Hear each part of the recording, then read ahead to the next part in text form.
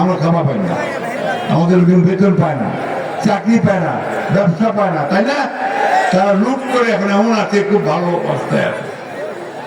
বন্ধুগণ, হাসিনা বিচার ব্যবস্থাকে শেষ করছে, তখন আপনি বিচার পাইতেন না। ওকে বিএনপি করে, তা দাও কে 5 বছর জেল দিয়ে দাও, জামিন দিও না।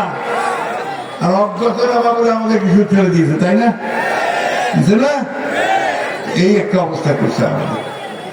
বন্ধুগণ, তারা অর্থনীতি শেষ করেছে, জুডিশিয়াল সিস্টেম শেষ করেছে, আমাদের আইন শৃঙ্খলা বাহিনী পুলিশকে ব্যবহার করছে তাদের নিজস্ব বাহিনী হিসাবে।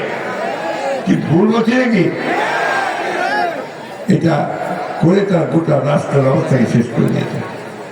আজকে আমাদের সুযোগ আসছে একটা, যে আমরা এই ব্যবস্থার পরিবর্তন করব।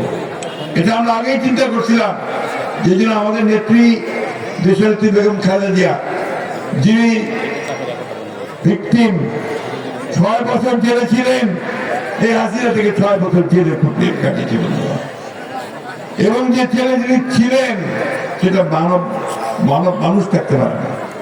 তার জেলের কারাগারের ঘরের মধ্যে ইন্দুর দৌড়াতো, নোংরা স্যাঁতস্যাঁতে ঘর, সেই ঘরের মধ্যে তাকে দেখা হয়েছিল 2 বছর। অনেকে সন্দেহ করে যে তাকে আপনার ধীরে ধীরে বিষ খাওয়ানো হয়েছিল, যে কারণে তার শরীর এত খারাপ হয়ে গেছে।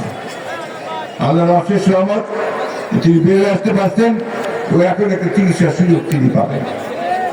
আমাদের নেতা তারেক রহমান, তাকে মিথ্যা মামলা দিয়ে, তাকে খুনের হত্যা বিভিন্ন আসামি করে, তাকে দেশ থেকে নির্বাসিত করে বিদেশে পাঠিয়ে দিয়েছে। আমাদের বিরুদ্ধে অসংখ্য মামলা, আমার একার বিরুদ্ধে 111টা মামলা ছিল। কয়েক দিকে 1টা-2টা মামলা হলে আমার কি অবস্থা হয়, যদি 111টা মামলা হয় আমরা বাজিবা পারি? ওইটা আমার অবস্থা করেছে। আমি 11 বার জেলে গেছি, 11 বার।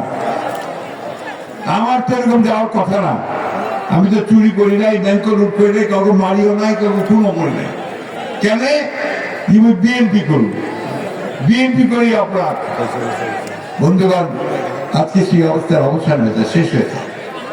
এখন একটা নতুন বাংলাদেশ আমরা তৈরি করতে চাই।